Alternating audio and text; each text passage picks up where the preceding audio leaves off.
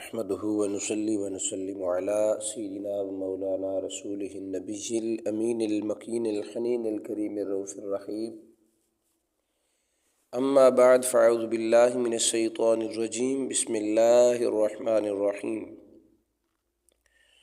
قال الله تبارك وتعالى في كلامه المجيد والفرقان الحميد: إن الله وملائكته يصلون على النبي يا أيها الذين آمنوا صلوا عليه وسلموا تسليما.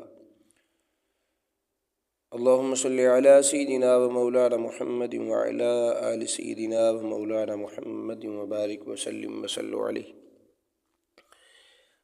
جی ناظرین کرام، السلام علیکم ورحمۃ اللہ تعالی وبرکاتہ. امید کرتا ہوں آپ خیر و عافیت سے ہوں گے اور دعا گو ہوں کہ مالک کائنات آپ کو ہمیشہ سلامت رکھے، ہر قسم کے ظاہری اور باطنی گناہوں سے مالک کائنات آپ کو محفوظ رکھے. کل کا جو ٹاپک تھا وہ تھا ہمارا ریاکاری کسے کہتے ہیں، کیا ہے. تو اب ریاکاری کے بارے میں تعریف اور اس کی اقسام جاننے کے بعد آج کا جو ٹاپک ہے وہ ہے اس کے دنیا اور آخرت میں نقصانات کیا ہیں. تو آج ہمارا یہ ٹاپک ہوگا. اس سے پہلے کہ میں اپنی گفتگو کی طرف آؤں، ریکویسٹ ہے کہ جن احباب نے میرے چینل کو ابھی تک سبسکرائب نہیں کیا تو گزارش ہے چینل کو سبسکرائب کر لیں، ساتھ میں لگے بیل آئیکن کو ضرور پریس کریں تاکہ ہر آنے والی ویڈیو کا نوٹیفیکیشن آپ احباب کو مل سکے. اور جن احباب نے میرا چینل سبسکرائب کیا ہے ان کا دل کی اتھاہ گہرائیوں سے مشکور ہوں اور دعا گو ہوں کہ مالک کائنات آپ سب کو ہمیشہ سلامت رکھے. گزارش ہے کہ ویڈیو مکمل دیکھا کریں تاکہ آپ کو صحیح معنی میں مکمل طور پہ بات کی سمجھ آ سکے. بڑی محنت کے ساتھ یہ ویڈیو بنائی جاتی ہے، تو گزارش یہ ہے کہ اس ویڈیو کو ضرور دیکھا کریں مکمل. تعریفات و اقسام جاننے کے بعد اس کے اخروی اور دین کے جو نقصانات ہیں ان کا جاننا بے حد ضروری ہے، کیونکہ فطرت انسانی ہے کہ خطرہ محسوس ہونے کی صورت میں بے حد متاحت ہو کے رہتا ہے.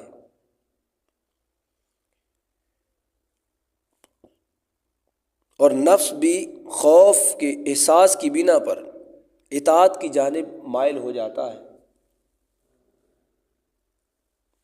آخرت کے لحاظ سے ریاکاری کی بنا پر درج ذیل نقصانات کا شکار ہونا متوقع ہے. اس مرض میں مبتلا لوگوں کے لیے ہلاکت کی وعید ہے. یہ پہلا نقصان ہے. جیسا کہ قرآن مجید میں اللہ رب العزت نے ارشاد فرمایا: فویل للمصلین الذین هم عن صلاتهم ساہون الذین هم یراؤون. بس ان نمازیوں کی ہلاکت ہے جو اپنی نمازوں سے غافل ہیں، جو دکھلاوے کے عمل کرتے ہیں. یہ آیت کریمہ منافقین میں کے حق میں نازل ہوئی ہے. یہ لوگوں کے سامنے تو نمازیں ادا کرتے تھے، لیکن تنہائی میں غفلت اور سستی کا شکار ہوتے تھے، نیز اعمال ریاکاری سے کام لیتے تھے. اب یہاں جو کل میں نے بات آپ کو عرض کی تھی وہی بات اللہ رب العزت نے قرآن مجید میں ارشاد فرمائی. چونکہ آج موضوع ہے نقصانات کا، تو دیکھیں ایسا نمازی جو پہلے تو قرآن مجید نے ارشاد فرمایا الذین هم عن صلاتهم ساہون، جو اپنی نمازوں سے غافل ہیں.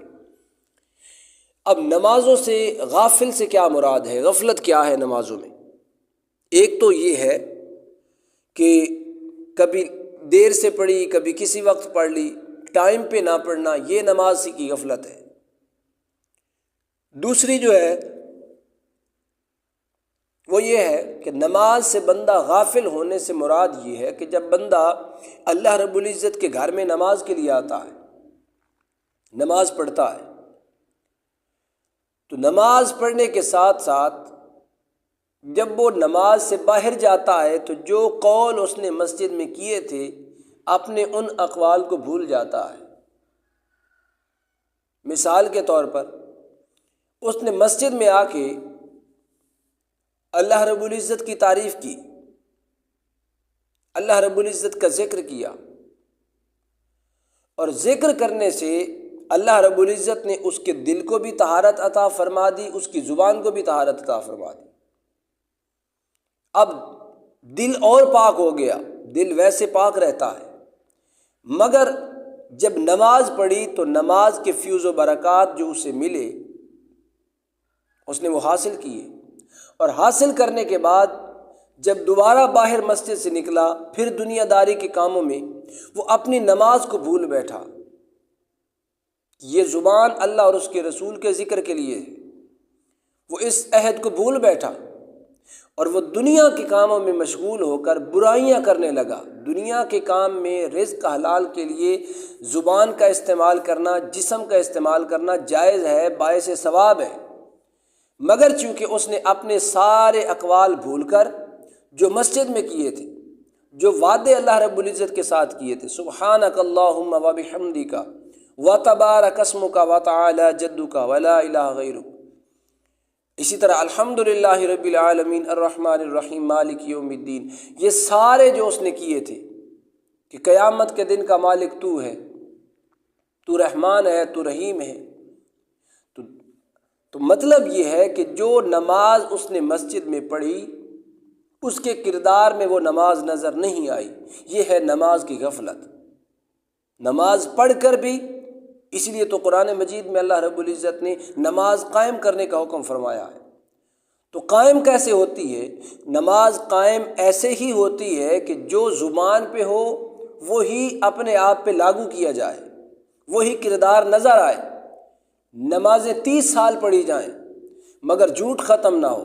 قرآن مجید فرماتا ان الصلاۃ تنہا عن الفحشاء والمنکر، نماز برائی اور بے حیائی کے کاموں سے روکتی ہے۔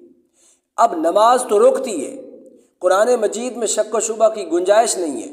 اب بندہ 30 سال نمازیں پڑھتا رہا اور 30 سال نمازیں پڑھنے کے باوجود بھی اگر اس کی زبان سے جھوٹ نہیں ختم ہوا، اگر وہ آج بھی غیبت کرتا ہے، آج بھی چغلی سے اسے سکون ملتا ہے، وہ کبھی کسی کی چغلی کرتا ہے یا کبھی کسی کی سنتا ہے، یا آقا علیہ الصلوۃ والسلام کے بارے میں اور باتیں کرتا ہے جو اسے نہیں کرنی چاہیے، حضور کی اہل بیت اطہار کے بارے میں ایسا خیال ہے کہ جیسا نہیں ہونا چاہیے، اب مجھے بتائیے کہ اس کو نماز نے کیا فائدہ دیا؟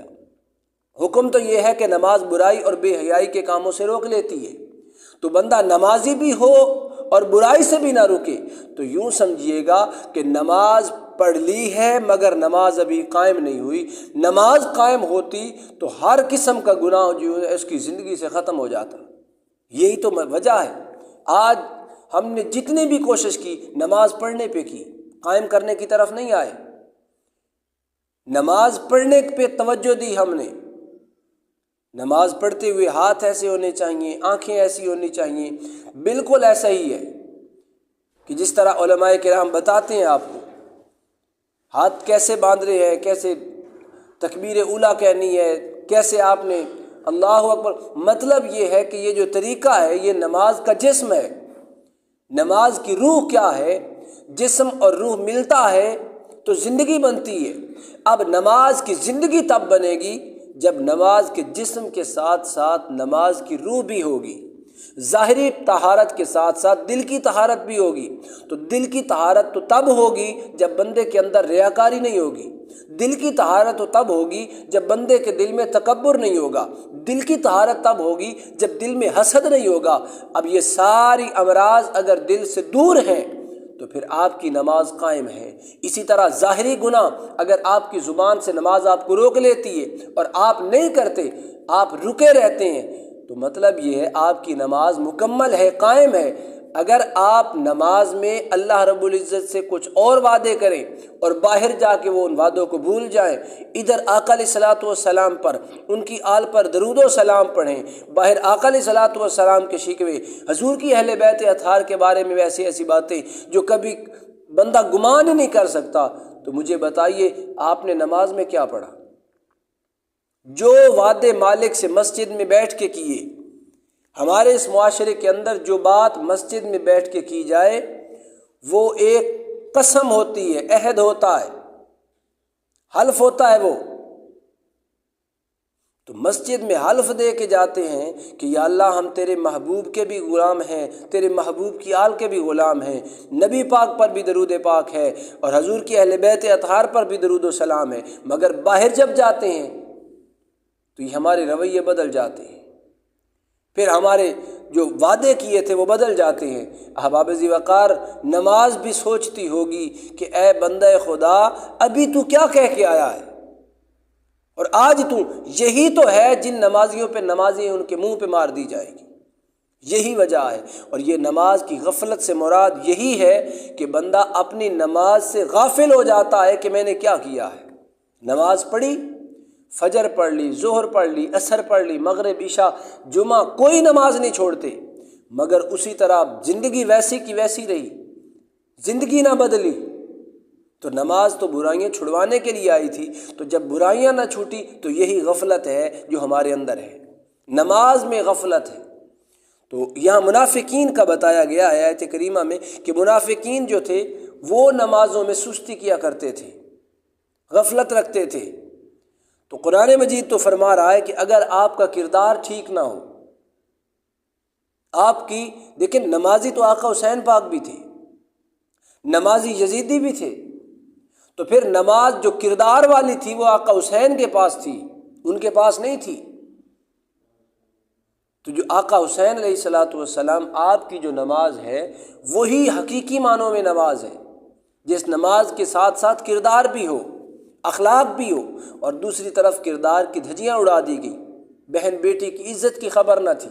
تو مطلب یہ ہوا کہ نمازیں اسی کی قبول ہیں جس کے سینے میں ایمان بھی ہو، نبی پاک کی محبت بھی ہو، آل رسول کی غلامی کا پٹا بھی گلے میں ڈالا ہوا ہو، اور اگلی بات یہ ہے کہ وہ اپنی نمازوں سے غافل بھی نہ ہو۔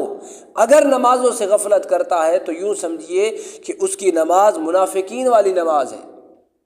منافقین کی نشانی کیا ہوتی ہے؟ دل سے کچھ اور ہوتے ہیں، زبان سے کچھ اور ہوتے ہیں۔ اب زبان سے تو ہم ایسے تھے کہ ہم اس مالک کی تعریف کر رہے تھے، زبان سے تو ایسے تھے کہ نماز پڑھ کے ہم دعا کر رہے تھے یا اللہ مجھے گناہوں سے محفوظ رکھ، زبان تو یہ کہہ رہی تھی، اور دل کیا کہہ رہا تھا؟ جب باہر نکلے تو فوراً اپنی زبان سے پیچھے ہٹ گیا۔ تو یہ نشانی منافقین کی ہوتی ہے۔ تو احباب ذی وقار، یہ قرآن مجید میں جو اللہ رب العزت نے منافقین کے حق میں آیت کریمہ نازل فرمائی ہے کہ جو ان کا کردار، جو کریکٹر تھا، وہ یہی کرتے تھے کہ وہ ریاکاری سے کام لیتے تھے، دکھلاوے کی عبادت، دکھلاوے کی ریاضت، بڑے بڑے سجدے، بڑی بڑی نمازیں، مگر جب تنہا ہوتے تھے تو وہ اللہ رب العزت کی یاد سے غافل ہو جاتے تھے۔ یہ ہے ریاکاری کی علامت۔ احباب ذی وقار، آگے ہے اعمال نامقبول رہتے ہیں، چنانچہ منقول ہے کہ رسول اللہ صلی اللہ علیہ وآلہ وسلم نے ارشاد فرمایا کہ اللہ رب العزت ارشاد فرماتا ہے کہ جو شخص میرے لیے عمل کرتے ہوئے اس میں میرے غیر کو شریک کرے تو وہ تمام عمل میرے غیر کے لیے ہے اور میرے ساتھ اس کا کوئی تعلق نہیں، اور میں شرک سے سب سے زیادہ بے نیاز ہوں۔ اللہ اکبر۔ اللہ رب العزت ارشاد فرماتا ہے کہ جو لوگ میرے لیے عمل کریں اور میری رضا کے لیے، اور میری رضا میں کسی اور کی رضا بھی شامل رکھیں، یہی سب سے بڑا مسئلہ ہے۔ ریاکاری میں جو ریاکاری کرتے ہیں ان کے دل میں خیال ہوتا ہے کہ یہ لوگ بھی خوش ہوں، یہ بھی راضی ہوں کہ میں کیسے کیسے اعمال کرتا ہوں، میں کتنا بڑا سخی ہوں۔ تو جب یہ ان کی نیت ہوتی ہے تو اللہ رب العزت ارشاد فرماتا ہے پھر اجر بھی انہی سے لے گا جن کی رضا کے لیے جس کو میرا شریک ٹھہرایا ہے۔ تو مطلب یہ ہے کہ جتنے بھی اعمال ہوں اس کی بنیاد ایک ہی بات پہ ہو کہ اللہ رب العزت کی ذات راضی ہو، بس۔ یہ دنیا داری کو راضی کرتے کرتے کرتے یہ دنیا کسی پہ راضی ہوتی ہی نہیں ہے۔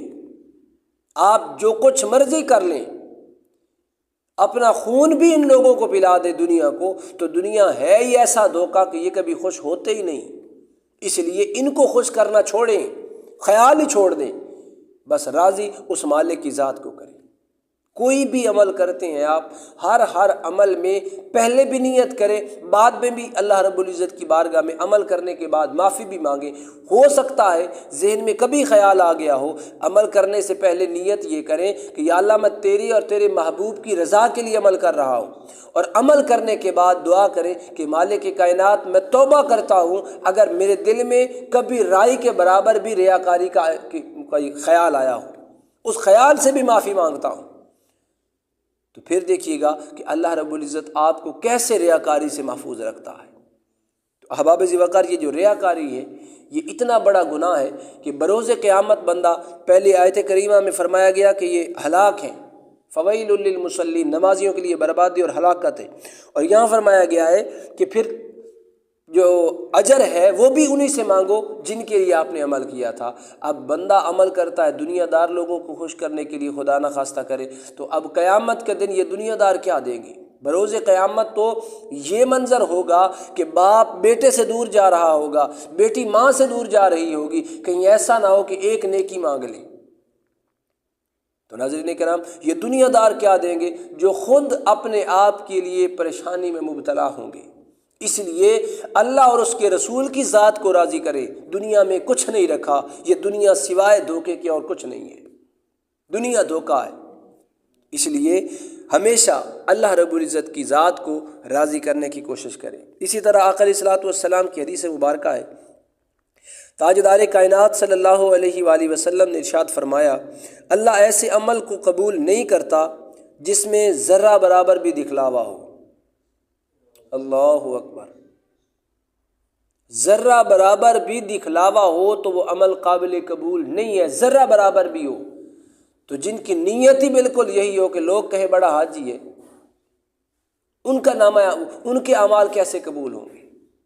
اتنا بڑا عبادت گزار ہے، تو جن کی نیت ہی یہ ہو تو مجھے بتائیے کہ اللہ رب العزت انہیں کیا عطا فرمائے گا۔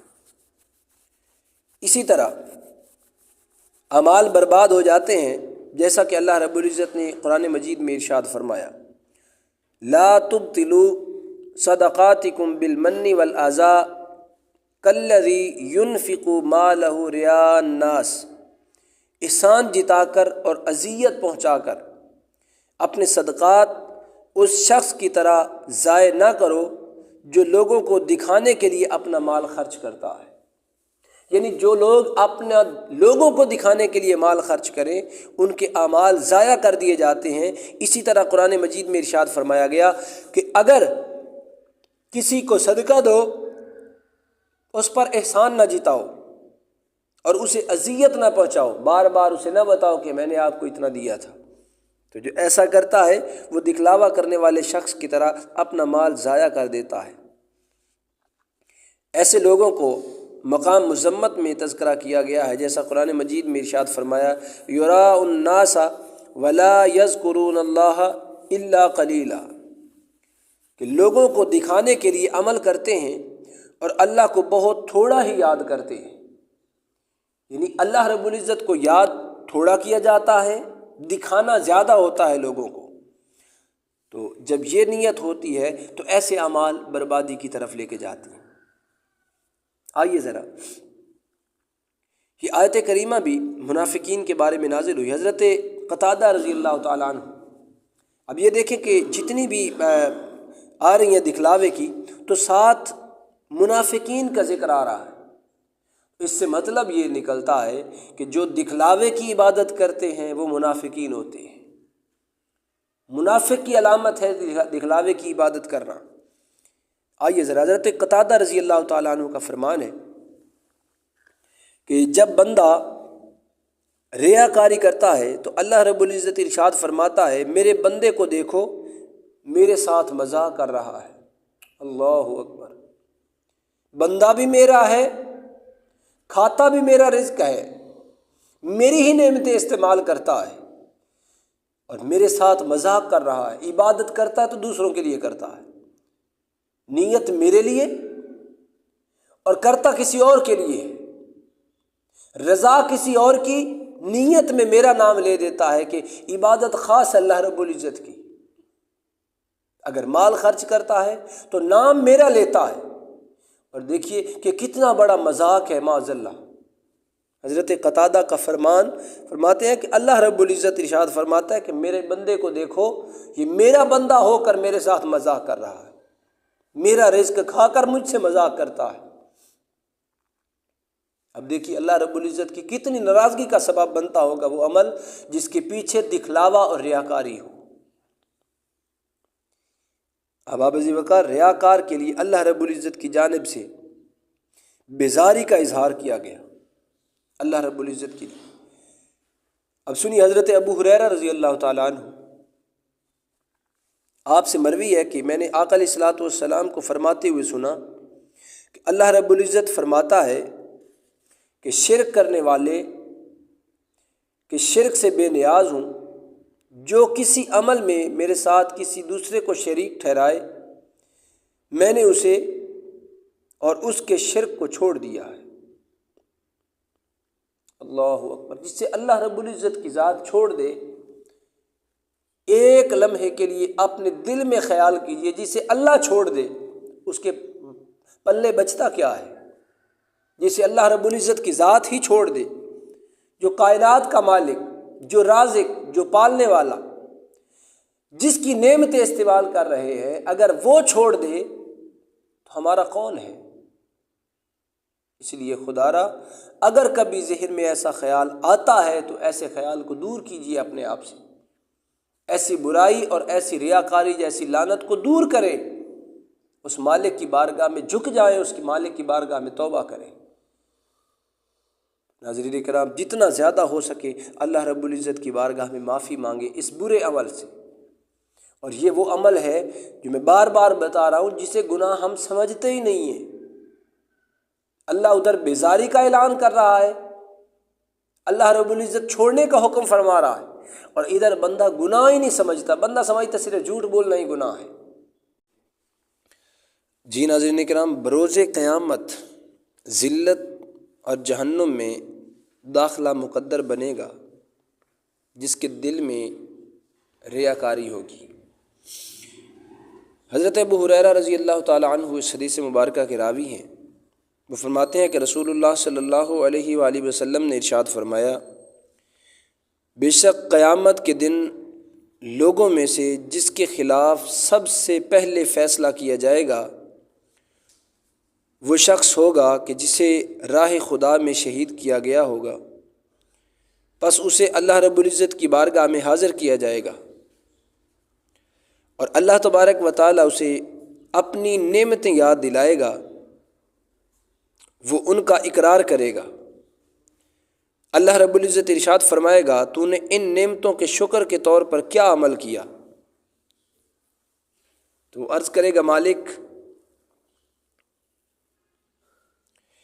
یا رب میں نے تیری راہ میں جہاد کیا یہاں تک کہ شہید کر دیا گیا۔ تو اللہ رب العزت ارشاد فرمائے گا، تو نے جھوٹ کہا ہے، کیونکہ تو نے تو جہاد اس لیے کیا تھا کہ تجھے بہادر کہا جائے، اور وہ کہہ دیا گیا۔ یعنی مطلب یہ ہے کہ تم جب جہاد کے لیے جا رہے تھے تو تمہارے دل میں خیال تھا کہ لوگ کہیں، یعنی مطلب یہ تھا کہ تیرے دل میں تھی ریاکاری، لوگوں کو دکھانا۔ تو یہ دکھلاوے کی تیری جو عبادت ہے یہ تو نے دکھلاوے کے لیے کی، اسی لیے تو نے میری خاطر کی ہوتی تو تجھے اجر دیا جاتا، کیونکہ تو نے یہ عمل کیا ہی لوگوں کے لیے ہے، تو لہٰذا اب جن کے لیے کیا تھا انہی سے سب کچھ لو۔ تیری رضا یہ نہیں تھی کہ رب ذوالجلال راضی ہو، بلکہ تیری رضا تو یہ تھی کہ لوگ کہیں، تو میں نے لوگوں کو کہلوا دیا، لوگ کہتے تھے تمہیں، لہٰذا اب تیرا آخرت میں کوئی اجر نہیں ہے، لہٰذا اب تیرا مقدر جہنم ہے۔ اللہ اکبر۔ اب آقا علیہ الصلوۃ والسلام حدیث مبارکہ آگے فرمایا کہ پھر اس کے بارے میں جہنم میں ڈالے جانے کا حکم دیا جائے گا، اسے منہ کے بل گھسیٹا جائے گا یہاں تک کہ جہنم میں پھینک دیا جائے گا۔ پھر وہ شخص حاضر کیا جائے گا جس نے علم سیکھا، سکھایا اور قرآن پاک پڑھا، اللہ رب العزت اسے بھی اپنی نعمتیں یاد کروائے گا، اپنی نعمتوں کی پہچان کروائے گا مالک، اور وہ ان کا اقرار کرے گا نعمتیں کا، یعنی جو اللہ رب العزت کی نعمتیں اسے حاصل تھیں وہ اس کا اقرار کرے گا۔ اب اللہ رب العزت ارشاد فرمائے گا، میرے بندے اب یہ بتا کہ میری اتنی نعمتیں استعمال کی، اب بتا ان نعمتوں کے بدلے میں تو نے مجھے کیا دیا؟ تو وہ بندہ عرض کرے گا، وہ قاری صاحب عرض کریں گے، یا اللہ اس کا بدلہ یہ ہے کہ میں نے قرآن مجید خود پڑھا، آگے قرآن مجید کی تعلیم دی، میں نے پوری زندگی صرف کر دی تیرا دین پڑھاتے پڑھاتے، تیرے محبوب کے دین کا پرچار کرتے کرتے۔ تو اللہ رب العزت ارشاد فرمائے گا، تو نے جھوٹ کہا ہے، تو نے علم اس نیت سے حاصل کیا تھا کہ لوگ تجھے عالم کہیں، اور قرآن مجید اس لیے پڑھا کرتا تھا تاکہ لوگ تجھے قاری کہیں کہ بہت اچھا قاری ہے، اور وہ میں نے کہلوا دیا۔ پھر اس کے بارے میں بھی اسے دوزخ میں ڈالے جانے کا حکم دے دیا جائے گا، اسے فرشتے منہ کے بل گھسیٹ کر اسے جہنم میں پھینک دیں گے۔ پھر تیسرا شخص لایا جائے گا جسے اللہ رب العزت نے وسعت بخشی، اسے ہر قسم کا مال عطا فرمایا، اللہ رب العزت اسے بھی اپنی نعمتیں یاد دلائے گا اور وہ ان کا اقرار بھی کرے گا۔ اللہ رب العزت ارشاد فرمائے گا، تو نے اس کے بدلے میں کیا عمل کیا؟ تو وہ بندہ عرض کرے گا، مالک میں نے تیرے راہ میں مال کو خرچ کیا، تیری رضا کے لیے مال کو خرچ کیا، اتنے غریبوں کو دیا، اتنے مدارس بنائے، اتنی مساجد بنائیں، تو میں نے مالک تیری راہ میں خرچ کر دیا اپنی دولت کو۔ اللہ رب العزت ارشاد فرمائے گا، تو نے جھوٹ کہا ہے، جھوٹ بول رہا ہے، کیونکہ تو نے یہ سب کچھ اس لیے کیا تھا کہ لوگ تجھے سخی کہیں، اور وہ کہلوا دیا گیا۔ تو نے کیا تھا عمل ریاکاری کے لیے، دکھلاوے کے لیے، لہٰذا اب تیرا ٹھکانہ جہنم میں ہے۔ فرشتوں کو حکم ہوگا، اسے لے جاؤ گھسیٹ کے منہ کے بال اس کو جہنم میں پھینک دیا جائے۔ احباب ذی وقار دیکھیں کہ جو بندہ عمل کرتا ہے، عمل وہی ہے لیکن اس کے پیچھے اس کی نیت بدل جاتی ہے۔ عمل ویسا ہی ہے، سخاوت بھی کرتا ہے، عالم ہے تو علم بھی سکھاتا ہے، اسی طرح شہید ہے تو وہ اپنا خون بھی بہاتا ہے، مگر فرق کہاں آتا ہے؟ فرق فقط نیت میں آتا ہے۔ نیت دل کا ارادہ، دل کے اندر خیال، اگر تو خیال فقط اللہ اور اس کے رسول کی رضا کے لیے ہو تو وہی شہید زندہ ہے، وہی شہید بغیر حساب و کتاب کے جنت میں داخل ہوگا۔ وہی عالم دین پوری رات سوتا ہے اور دوسری طرف پوری رات عابد عبادت کرتا ہے، اب عابد کی عبادت سے زیادہ اجر اس عالم دین کا ہے جو پوری رات آرام سے سوتا ہے۔ مگر فرق یہ ہے کہ عالم دین جب علم حاصل کرے تو اس نیت سے کہ اللہ اور اس کے رسول کی ذات راضی ہو، اور اسی طرح اگر وہ کسی کو علم سکھائے اس میں بھی رضا اللہ اور اس کے رسول کی ہو۔ اسی طرح کوئی جناب والا سخی ہے تو مال کو اس نیت کے ساتھ خرچ کرے کہ اللہ اور اس کے رسول کی ذات راضی ہو، یہ نہ ہو کہ لوگ کہیں واہ کیا بات ہے، اتنا پیسہ خرچ کرتا ہے، اتنی مال و دولت خرچ کرتا ہے۔ تو اگر نیت یہ کر لی تو نیت کا فطور، آپ کے دل کا خیال جو ہے یہ آپ کو اللہ رب العزت کی بارگاہ سے بھی دور کر دے گا اور ہمیشہ کے لیے جہنم میں واصل ہو جاؤ گے، ہمیشہ کے لیے جہنم میں پھینک دیا جائے گا۔ تو ناظرین کرام، اسی لیے ان اعمال کو کرنے سے پہلے اپنے دل کے ارادے کو پختہ کریں کہ ارادے میں فقط رضا اس مالک کی ہو، جنت کا لالچ بھی نہ ہو، دوزخ کا ڈر بھی نہ ہو، فقط اللہ اور اس کے رسول کی رضا کی خاطر عمل کیا جائے، جو بھی عمل کیا جائے اس میں اللہ اور اس کے رسول کی رضا ہو۔ ناظرین کرام، ابن ماجہ شریف کی حدیث مبارکہ ہے، آقا علیہ الصلوۃ والسلام نے ارشاد فرمایا، غم کے کنویں سے اللہ رب العزت کی پناہ مانگو۔ عرض کی گئی، یا رسول اللہ صلی اللہ علیہ وسلم وہ کیا ہے؟ فرمایا وہ جہنم کی ایک وادی ہے۔ غم کا کنواں وہ جہنم کی ایک وادی ہے جو ریاکار لوگوں کے لیے تیار کی گئی ہے۔ استغفر اللہ، جو ریاکار لوگوں کے لیے تیار کی گئی ہے۔ اسی طرح حدیث مبارکہ میں آتا ہے کہ ایسا شخص میدان محشر میں ذلت اور رسوائی کا شکار ہوگا۔ بروز قیامت ریاکار کو ندا دی جائے گی، اے فاجر، اے دھوکے باز، اے ریاکار، تیرا عمل ضائع ہوا اور تو ثواب سے جاتا رہا، اپنا اجر اس سے لے جس کے لیے تو عمل کیا کرتا تھا، جس کے لیے تو عمل کیا کرتا تھا۔ اللہ اکبر۔ اور ناظرین کرام، یہ تھا آج کا جو آخرت کی نقصانات ہیں، یہ دنیاوی جو نقصانات ہیں، دینی جو نقصانات ہیں، وہ ابھی باقی ہیں، وہ انشاءاللہ کل آپ کے سامنے گوش گزار کیا جائے گا۔ تو ناظرین کرام، خدا نہ کرے اگر کسی کے دل میں ایسا خیال ہو تو آؤ آج اس مالک کی بارگاہ میں توبہ کر لیں۔ آج توبہ کا دروازہ کھلا ہے، آج توبہ کا دروازہ کھلا ہے۔ احباب ذی وقار، وہ مالک کی ذات اپنی شیان شان رات کے پچھلے پہر میں آسمان دنیا پہ تشریف لاتی ہے، اور مالک کی ذات رحمت پکار پکار کے کہتی ہے کوئی میری بارگاہ میں معافی مانگنے والا، میں اسے معاف کر دوں؟ تو اگر ایسا خیال کبھی دل میں آیا ہے ریاکاری والا، تو خدا را اللہ رب العزت کی بارگاہ میں معافی مانگے، اس مالک کی بارگاہ میں توبہ کریں۔ توبہ کی گنجائش ہے، کہیں ایسا نہ ہو کہ ہم اسی عمل کے دوران اس دنیا سے چلے جائیں اور قیامت کے دن ہمارا ذلت اور رسوائی ہو اور ہم جہنم میں جا رہے ہیں۔